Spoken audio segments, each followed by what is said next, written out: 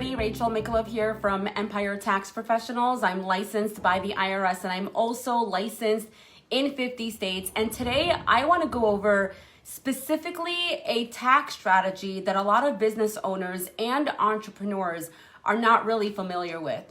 A lot of people are asking us, like, how do I reduce my tax liability? What do they need to do? And what are the specific steps that you need to take so you can hire your children and legally deduct them as expenses? I have my notes here and I want to make sure that I'm giving you everything you need so you can deduct your kids legally, and the specific laws, the specifics of, how to make sure that you can be protected if you ever get audited, because if you do one thing incorrectly, you may get audited. And that's why we're giving you the specific rules, the regulations, and everything you need so you can legally deduct your children, hire them legally, and make sure, God forbid, if you ever do get audited, you're able to protect yourself in an audit.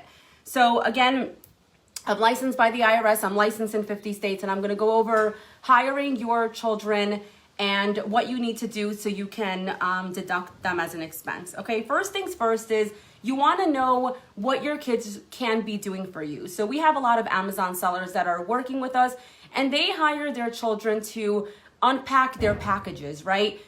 Put labels on their packages. Make sure the codes, there's like UPC codes or something on the packages, and make sure they match. They also do a lot of like marketing, social media, post on Instagram, post on Facebook, post on specific groups. They're able to do research, shredding documents, sweep the floors in a warehouse or storage. Making sure, if you're shipping out books, if you're a coach and if you want your kids to ship out books to specific people, there's so many things that children can actually do for you, and you can legally pay them. You could also pay them for modeling. I mean, we have business owners that pay them for modeling because they put them on their website, they put them on their brochures, they put them on specific things so they can, deduct them legally. So you want to make sure, number one, is what exactly is your child going to be doing for you, and what is the job description? You want to have that laid out, written down, because if the IRS ever asks you, you want to make sure that you have that on file. That's number one. Number two is, so again, job description must be, just like you're hiring an employee, you want to have a job description in place. The second thing is, which is really important, you need to register with Department of Labor. So before hiring any employees, you're required to register with Department of Labor in your state. So every single state is different, the registrations are different, and you want to make sure that you're complying with your state. So first things first is register with Department of Labor. The second thing is you want to check with your state to see if you need workers' comp insurance for hiring employees. Most states require it. New York State does require it, and they actually give you a huge fine. I think it's like $2,000 a day or $2,000 every 10 days, something like that. They give you a fine for not having proper workers' comp insurance for your employees. So check with your state and find out, do you need workers' comp insurance or do you not need, workers' comp? The next thing is you want to develop, like, how much is your child going to be paid? Is it going to be $10 an hour? Is it going to be $15 an hour? What is the minimum wage in your state? Now, normally you wouldn't want to pay them more than $12,000 for the entire year. I think it's $12,600 now for the entire year. So I would recommend just paying them $1,000 on a monthly basis, because they're in school usually, and you want to make sure. It really depends how old they are. I'm referring to kids from 7 to 17 years old. You want to hire them in those ages. They can be younger if they're modeling and things like that, but you want to make sure that you are complying with the child labor laws in your state. But usually 7 to 17 is in the fair, you're okay within that range. You're hiring them and you have the proper workers' comp insurance. And you are following the labor rules, okay? So you would need to have a payroll software who can give you, who can make sure that you're doing everything accordingly. So when you're hiring your kids, you need to file your payroll returns every 3 months according to the specific dates of your state. and IRS. You would need to file IRS returns every 3 months and your state returns every single 3 months, okay? Now, again, $1,000 on a monthly basis, you would pay your kids, and, you know, again, they could do other things for you. You normally would know what can they do in your business, right? Social media, researching, things like that. You would come up with like the top 10 things that you can have your children do, and, you know, track their hours, track timesheets, because the IRS may question hiring your children. And if you have that specific backup, then it would easily have you win that audit, okay? So the other thing is you must pay your child, you must actually pay them to a separate bank account. So a lot of business owners and, you know, entrepreneurs, they don't have a separate bank account for your kids. You would need to go to the bank, open I believe it's like a custodial bank account. I did that for my children. It has to be under a parent name, and you would need to write a check every, you know, week or how often you pay them.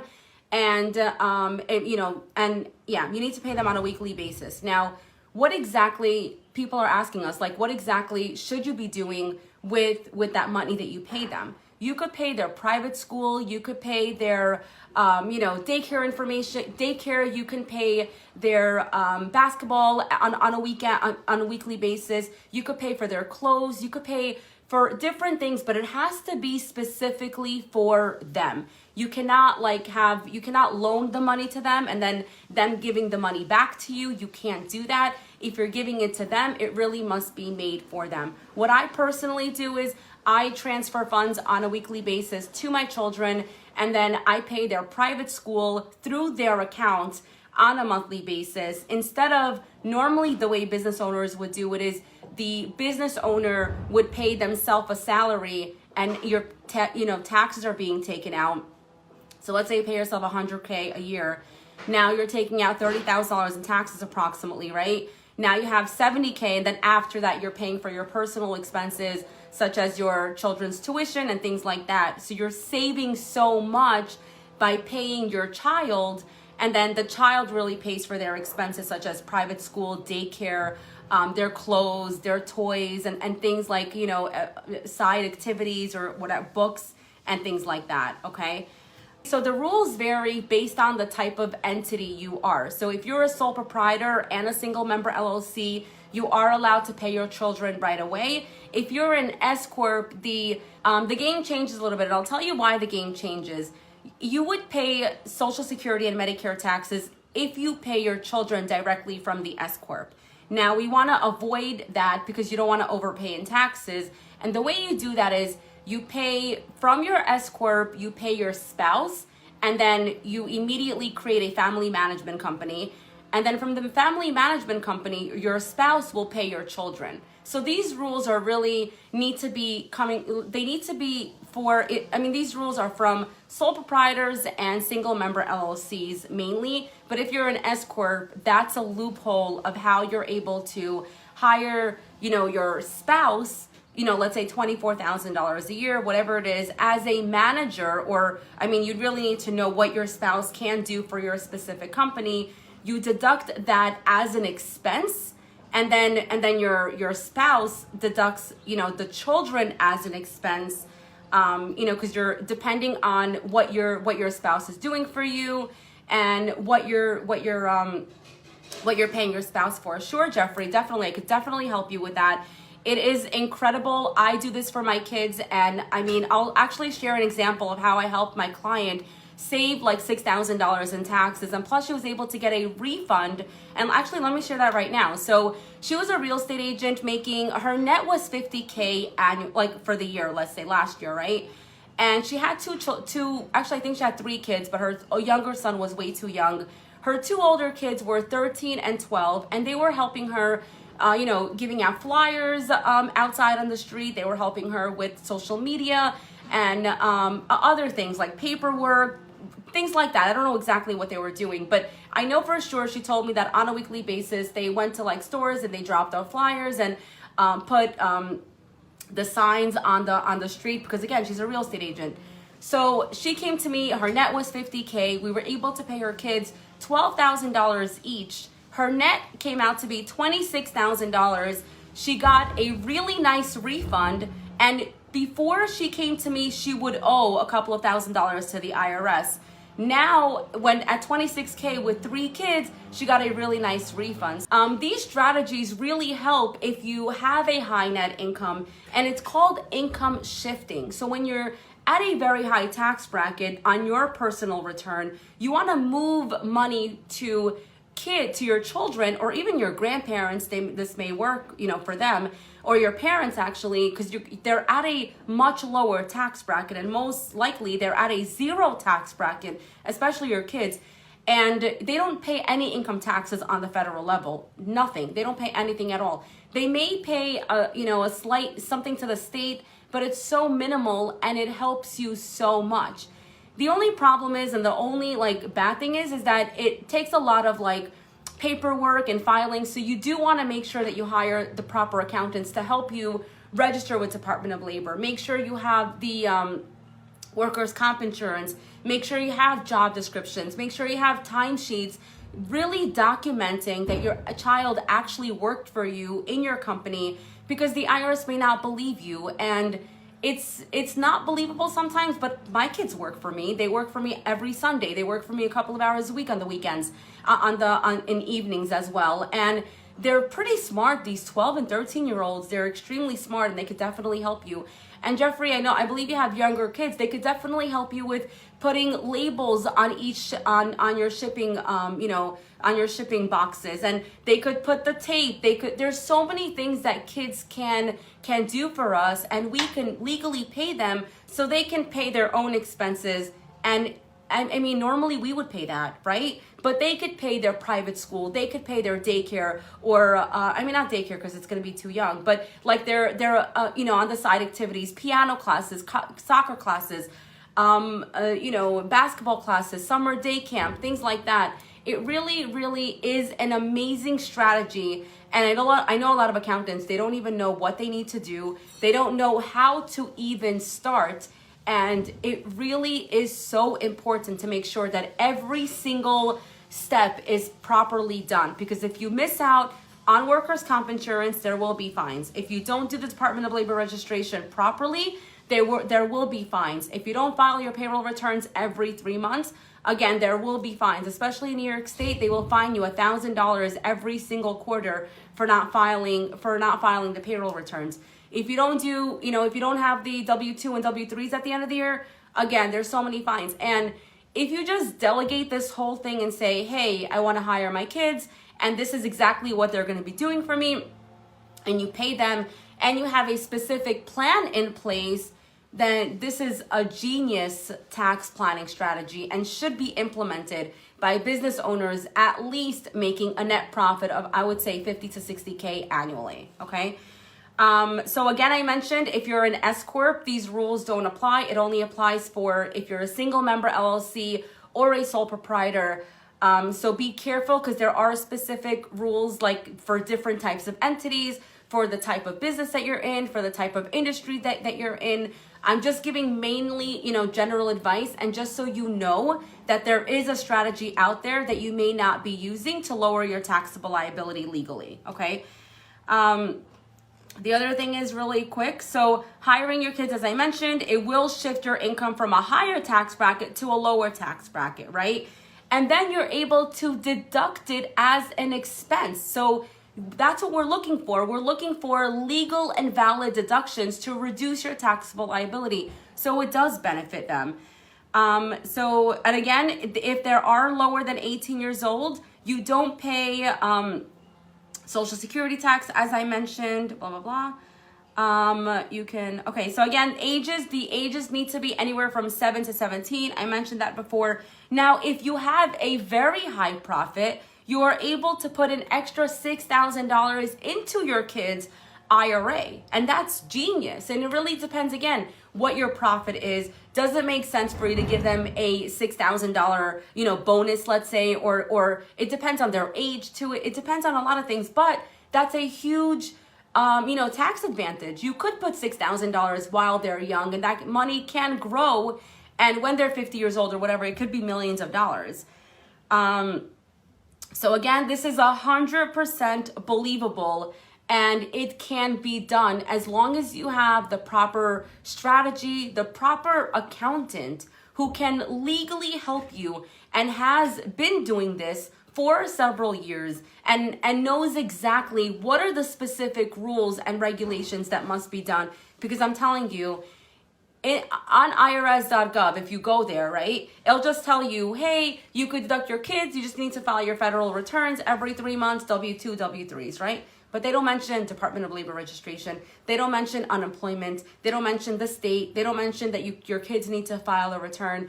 They don't mention everything. They don't mention, IRS, let's say the state, the city, and everything else that must be done. They just give you a portion because the IRS is giving that information. Who is giving you the information? And you got to be really mindful of who's giving that information to you versus an accountant. I'm looking at the entire picture. I want to make sure that my client, whoever comes to me, is compliant in IRS, state, city, and then the kids are compliant, making sure, the returns are being filed on time. And then the client's corporate return, the expenses deducted properly. And I'm looking at everything as a business advisor to make sure that my client doesn't get any notices in the future. And even, like it's a Department of Labor issue or child labor laws where you need to make sure that the job description is properly documented, the timesheets are properly documented. The IRS doesn't warn you on that. The New York State doesn't tell you anything about that. They're not going to ask you about that. And then when people would let you know about that, when you get audited 3 years later, and they're going to say, hey, where's your job description? Where are the timesheets? Show me proof that you actually paid the children. Or they won't even mention that, you actually need to make the payment to the child's name, in the child's bank account, and it must be used for only kids' activities and for the actual child. They don't mention that. I actually had a client that I spoke to a few months ago, I think it was like February or something, and he said, yeah, I paid my kids, and I read online that I'm able to pay my kids, so I paid my kids $12,000. He was a digital marketer. He did some Facebook Lives with his kids, and he thought that was it. He paid his kids, and that's him. Did you file a Department of Labor registration? He said, no. I said, okay. Do you have workers' comp? And he was in New York State. He said, no, I had no idea that I needed to do that. I said, okay, did you file your returns every 3 months? He goes, no, I thought that I could just give them a 1099 and that would be it. And no, you can't give your child a 1099. That's like those are not the rules. You need to make sure. So and I don't think there's any other accountant that really gives you the specific details of what needs to be done. And I want people to know how complex this specific topic is, and make sure that you don't really do it alone. And if you want to do it, I'm giving you almost everything that you need. There are some, here and there that you need. Again, it really depends on the industry that you're in. It depends on how much money you're making. Because to be honest, this is just one tax planning strategy that lowers your liability. There are other strategies that will lower your liability, like the Augusta loophole, and there are, other things that can help you. So this is just one specific strategy that we help our clients save thousands of dollars in taxes. Like I mentioned with the real estate agent, she went from a $50K net income to $26,000, and from owing, she got a refund, right? So you really want to make sure that you have an accountant that thinks out of the box, tells you exactly what you can do to lower your taxable liability legally, and looks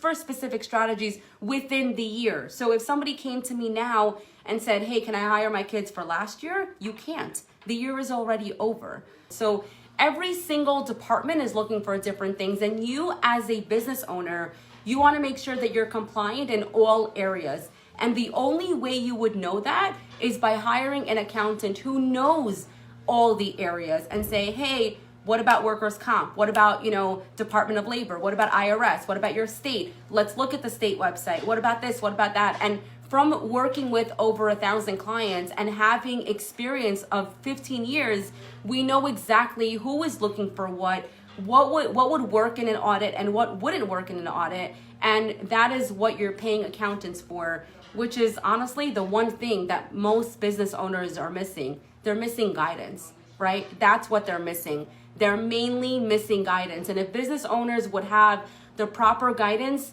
then most of them would not overpay in taxes. So again, my name is Rachel. I'm licensed by the IRS. I'm licensed in 50 states. And if you have any specific questions, please message me and I will definitely help you. My goal is to help business owners save the most money in taxes. And on average, we help at least 10 to 15K.